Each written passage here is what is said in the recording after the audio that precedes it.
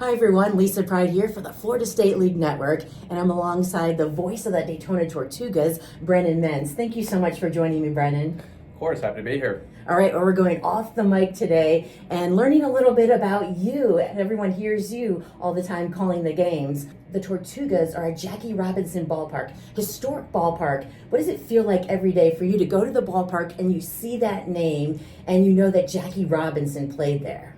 It's definitely a different experience than most minor league venues, that's for sure. I've worked in a lot of different ballparks, and it's very unique, both just the historic aspect of it and then just from an operation standpoint, just the setup of it, that it's not like a modern day ballpark where you have all the modern amenities and everything. Like it's out of a different time period. It's a little bit bizarre, and some people have various opinions on it that maybe are not the best because of the fact that there are different dated portions of it. But at the same time, it's such a historic venue and a relic of what is a bygone era that it's very interesting to work in that environment, and it's just a very unique atmosphere to call a game in, that's for sure.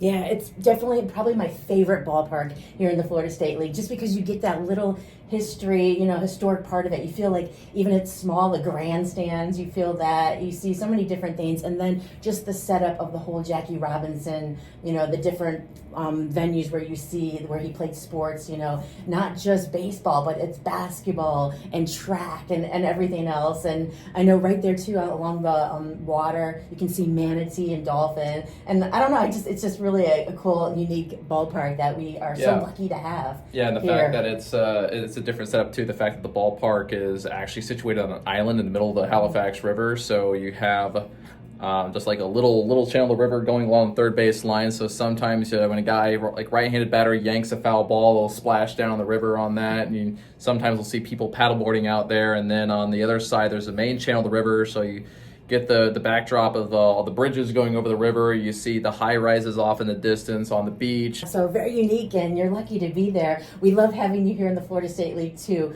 What has been your experience here? Any big highlights that you really like to think about, or a unique experience that you've had? I'm not sure if there's necessarily any one thing that particularly stands out in terms of highlights or unique experience, but it's definitely been a different environment, that's for sure, because I've worked in several different leagues. I've worked in independent baseball. I've worked in the Midwest League.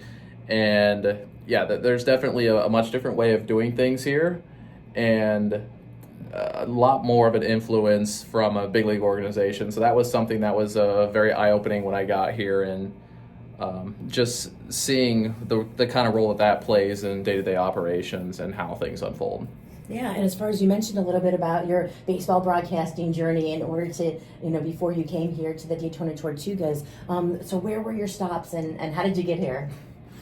Okay, it's an interesting long list. So my first broadcasting job when I was in college, I actually worked for a Pecos League team in Garden City, Kansas.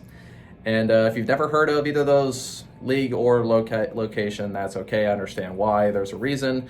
Anyway, so I did that. First stop out of college, I was a media relations intern for the Kansas City Royals. Then I was number 2 in 2018 and 19.